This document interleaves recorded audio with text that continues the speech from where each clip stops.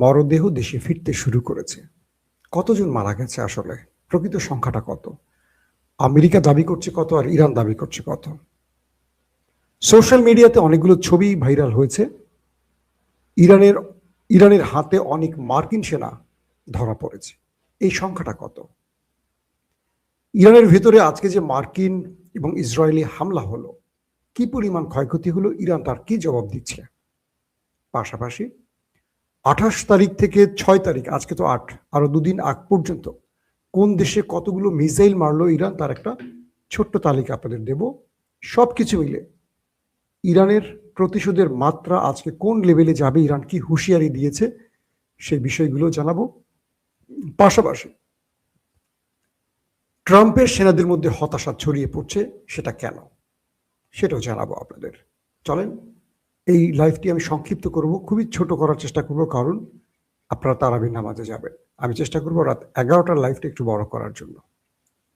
28 তারিখ থেকে 6 তারিখ পর্যন্ত আমাদের কাছে যে তালিকাটি এসছে বিভিন্ন গণমাধ্যমের সূত্র ধরে, সেখান থেকে জানা গেছে ইরান যে কটা দেশে হামলা করেছে তার মধ্যে সবচেয়ে বেশি হামলা করেছে সংযুক্ত আরব আমিরাতে। 1138টি মিসাইল মেরেছে শুধু আরব আমিরাতে। এটা আজকের তারিখ নয়, এটা আরো 2 দিন আগ, মানে 6 তারিখ পর্যন্ত। কুয়েতে মারা হয়েছে 562টি মিসাইল, বাহরাইনে 166টি, কাতারে মারা হয়েছে 153টি মিসাইল। ইসরায়েলে হিসাবটা এখনো কনফার্ম না, তবে বলা হচ্ছে 250-র উপরে শুধু টার্গেটে হিট করেছে, সংখ্যাটা আরো অনেক উপরে। জর্ডানে মারা হয়েছে প্রায় 50টি মিসাইল। সৌদি আরবে সবচেয়ে কম মারা হয়েছে, সেখানে সংখ্যাটা 50-এর মতো বলা হচ্ছে। ওমানে মেরেছে সবচেয়ে কম, মানে আরব দেশের মধ্যে বা গালফ কান্ট্রির মধ্যে সবচেয়ে কম মিসাইল মারা হয়েছে ওমানে, সেখানে মারা হয়েছে এখন পর্যন্ত হিসেবে 12টির মতো। সাইপ্রাসের হিসেব আসছে 5টি মিসাইলের। এবং এখন পর্যন্ত তারা যে সংখ্যা বলেছে নিহতের, এটা কিন্তু মার্কিন হিসাব, ইরানের হিসাবটা দিচ্ছি না। এ পর্যন্ত ইরানে মারা গেছে 13 থেকে 1400 মানুষ, এর মধ্যে 30 ভাগ শিশু, 200-র মতো কেবল নারী রয়েছে। ইসরায়েল প্রকৃতভাবে স্বীকার করেছে মাত্র 11 জন, প্রকৃত সংখ্যাটা বলবো একটু পরে। আমেরিকা স্বীকার করেছে মোট 8 জন, প্রকৃত সংখ্যাটা বলছে না, সেটা আমরা জানাবো। কুয়েতে মারা গেছে 6 জন, সংযুক্ত আরব আমিরাতে 3 জন, যাদের মধ্যে একজন বাংলাদেশি ও একজন পাকিস্তানি রয়েছে। বাহরাইনে 1 জন নিহত হয়েছে। এছাড়া লেবাননে শত শত নিহত হয়েছে এমন খবরও আসছে। ছোট একটা ফিরিস্তি দিয়ে শুরু করলাম লাইভটা। আসেন, বর্তমান পরিস্থিতি কি বলছে। আমেরিকা কালকে ঘোষণা দেওয়ার পর রাতে ম্যাসিভ আকারে ইরানের ভেতরে অ্যাটাক হয়েছে, আর এই অ্যাটাকের লক্ষ্যবস্তু ছিল ইরানের শিল্পাঞ্চল এবং তেল কেন্দ্রগুলো। সকাল থেকে ইরানের বিভিন্ন জায়গায়, তেহরান সহ গুরুত্বপূর্ণ জায়গায় ইরানের তেল শোধনাগার বা তেলের যে স্টোরেজ, যেখানে তেল জমা রাখা হয়েছে, সেখানে পুরো আকাশ কাঁপিয়ে ধাউ ধাউ করে আগুন জ্বলতে দেখা গেছে। অর্থাৎ ইরানকে অর্থনৈতিকভাবে পঙ্গু করার জন্য ইরানের তেল শিল্পে বা তেল কেন্দ্রে বড় রকম আক্রমণ করেছে দেশ দুটো। এবং এই আক্রমণের ফলে বিভিন্ন জায়গায় যে আরো আক্রমণ হয়েছে, সেখানেও অনেক প্রাণ গেছে এমন খবর পাওয়া গেছে। এরপর ইরান জোরে সোরে দুটো ঘোষণা দিয়েছে।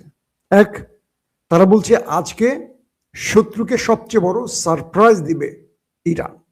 এ যাবৎ অর্থাৎ 28 তারিখ থেকে আজ 8 তারিখ পর্যন্ত যতগুলো আক্রমণ হয়েছে, তার মধ্যে আজকে সবচেয়ে বড় আঘাত করতে যাচ্ছে ইরান শত্রুর বুকে। কি দিয়ে আক্রমণ করবে সেটাও ইরান জানিয়েছে। ইরান বলছে তারা তাদের প্রথম ধাপে যে মিসাইল বা ড্রোন অ্যাটাকগুলো করেছে, আজকে থেকে সেই ধাপটির পরিবর্তন আনবে তারা। আজকে তারা সবচেয়ে এক্সক্লুসিভ মিসাইলগুলো দখলদার এবং তার মিত্র আমেরিকার বুকে ছুড়বে। তারা বলছে এই মিসাইলগুলো ইন্টারসেপ্ট করতে পারবে না শত্রু, পাশাপাশি এগুলোর ক্ষতির পরিমাণ ভয়াবহ। ইরান বলছে আমাদেরকে ওরা আক্রমণ করেছে, আমরা প্রতিশোধ নিতে শুরু করেছি। ওরা আমাদের সাধারণ মানুষকে হামলা করছে, আমাদের বাণিজ্যিক প্রতিষ্ঠানগুলোতে হামলা করছে, তেল শোধনাগারে হামলা করছে।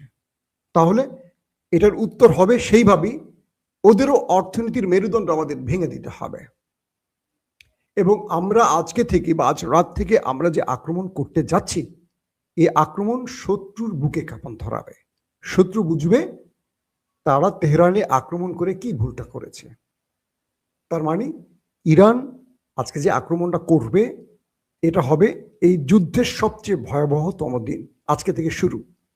এবং আজকে তারা যে মিসাইলগুলো ব্যবহার করবে, এগুলো সব আপগ্রেড মিসাইল, আলট্রা মডেলের মিসাইল। এবং এই মিসাইলগুলো এখন পর্যন্ত ইরান খুব একটা ব্যবহার করেনি।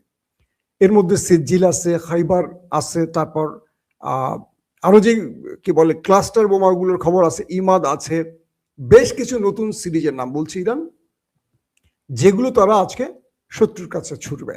এবং শত্রুকে আমন্ত্রণ দিচ্ছে, ওয়েট করো, আসছে ইরানের মিসাইল।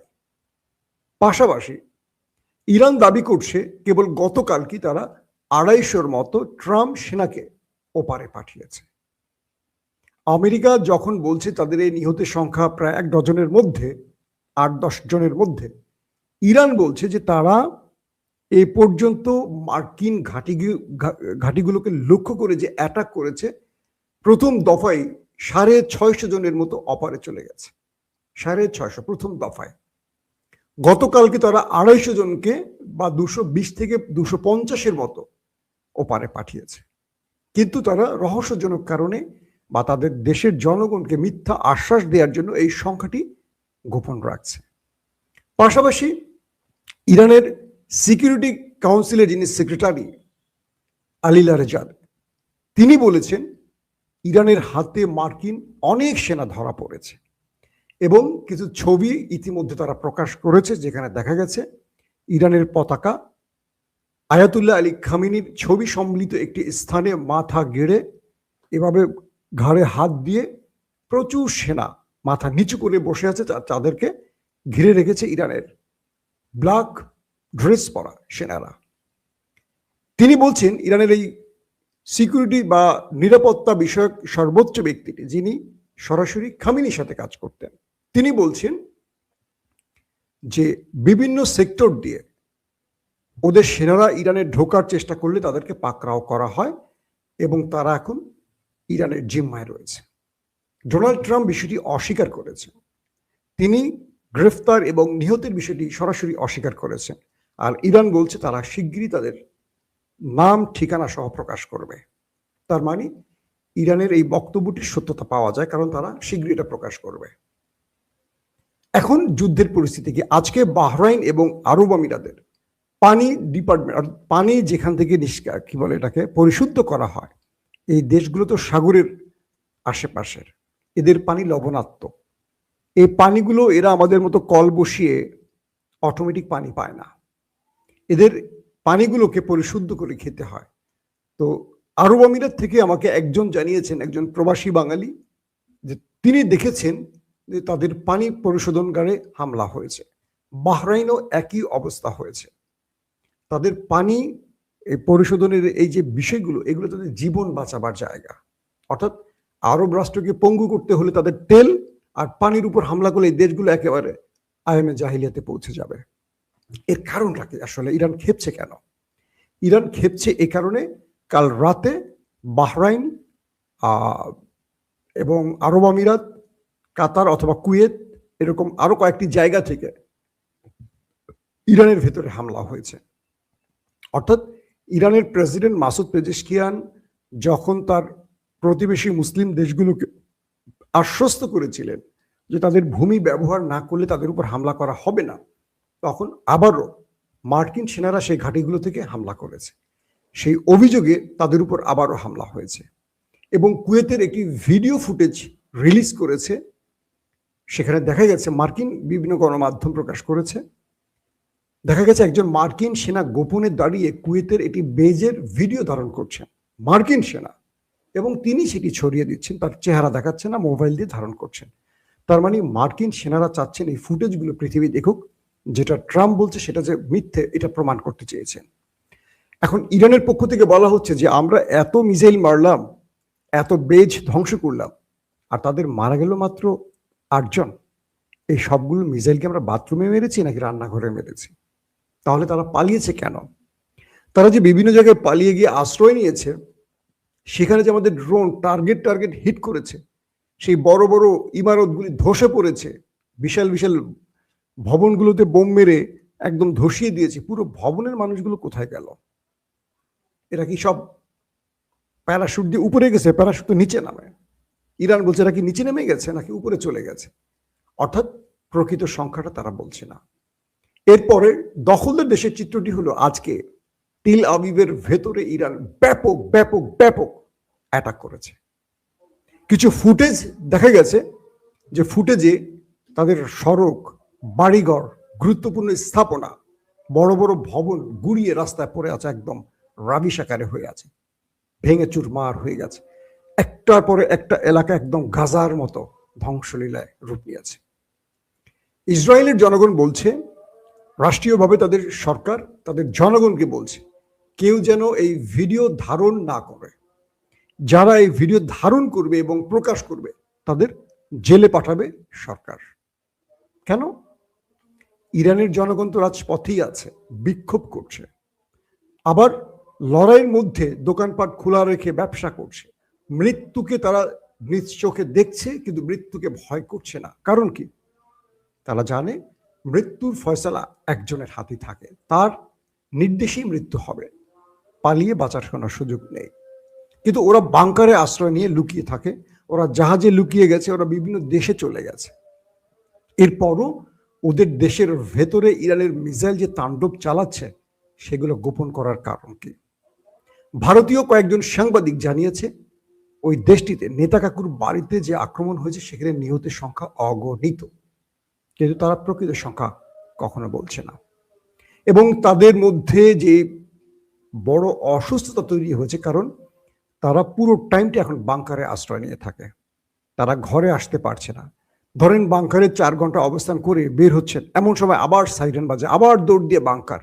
বাংকার তাদের জন্য খুব আরামের জায়গা না। একটা বাংকারে বুঝতে পারেন যে একটা হাসপাতালে বা একটা অন্ধকার মাটির নিচে একটা বাংকারের মধ্যে 20 জনের জায়গায় যদি 2000 লোক থাকে, কি অবস্থা হয়? মানুষের জীবন ধারণের শুধু ক্ষমতা না, মানুষের বেঁচে থাকার জন্য যে প্রয়োজনীয় বিষয়গুলো সেখানে থাকে না সবকিছু। তো একটা পুরো দেশের মানুষ তো বাংকারে আশ্রয় নিতে পারে না, পারে? সম্ভব না। তো ইরান এখন তাদের খুঁজে খুঁজে হিট করছে। পাশাপাশি সেই নেতা কাকুর বাড়ির ভেতরের দৃশ্যগুলো এখন ভয়াবহ অবস্থা ধারণ করেছে। আবার ইরানের পক্ষ থেকে আজকে আবার বলা হয়েছে তারা এই দেশ দুটোকে টার্গেট করে আরো ম্যাসিভ আকারে আক্রমণে যাচ্ছে। পাশাপাশি হিজবুল্লাহর সাথে তাদের পাল্টা আক্রমণ চলছে, দুপক্ষের মধ্যে ব্যাপক আক্রমণ চলছে। এই পরিস্থিতিতে যুদ্ধ নতুন দিকে মোড় নিতে যাচ্ছে। আবার আরব রাষ্ট্রগুলো বারবারই চেষ্টা করছে যুদ্ধ বন্ধে। ওমান বারবারই দুতিয়ালির চেষ্টা করছে, কিন্তু ট্রাম্প নাছুর বান্দা, তিনি ফেস সেভিং চাচ্ছেন। তিনি চাচ্ছেন ইরান একটা পথ খুলে দেখ, যাতে করে ট্রাম্প তার নিজের জীবন বাঁচাতে পারে। ট্রাম্পের সামনে দুটো বিপদ, এক নারীর ... অভিযোগে তিনি গ্রেফতার হতে পারেন, শাস্তি হবে, 13 বছরের এক নারী। 2, আগামীতে মধ্যবর্তী নির্বাচনে ট্রাম্পের অবস্থা খুব করুণ, তিনি এই নির্বাচনে হেরে যাবেন। এই সম্ভাবনা থেকে কোনো না কোনোভাবে ফেস সেভিং বা ছোট্ট একটা বিজয় দিয়ে তিনি আবার ব্যাক করতে যাচ্ছেন মার্কিন জনগণের কাছে। ইতিমধ্যে ফক্স নিউজ ছাড়া বাকি গণমাধ্যম ট্রাম্পকে ধুয়ে মুছে ছেড়ে দিচ্ছে। অর্থাৎ আজকের রাতটা হবে আমেরিকা এবং ইসরায়েলের জন্য একটা টেনশনের রাত, কারণ ইরান যে হুঁশিয়ারি দিয়েছে বা ঘোষণা দিয়েছে সেটা কার্যকর হতে যাচ্ছে। কি হতে পারে? রাত 11টা থেকে 12টার মধ্যে চোখ রাখুন আমাদের চ্যানেলে, আমরা আবার ফিরে আসবো আপনাদের সামনে। এখনকার মতো বিদায় নিচ্ছি, প্রত্যেকে ভালো থাকবেন, আল্লাহ হাফিজ।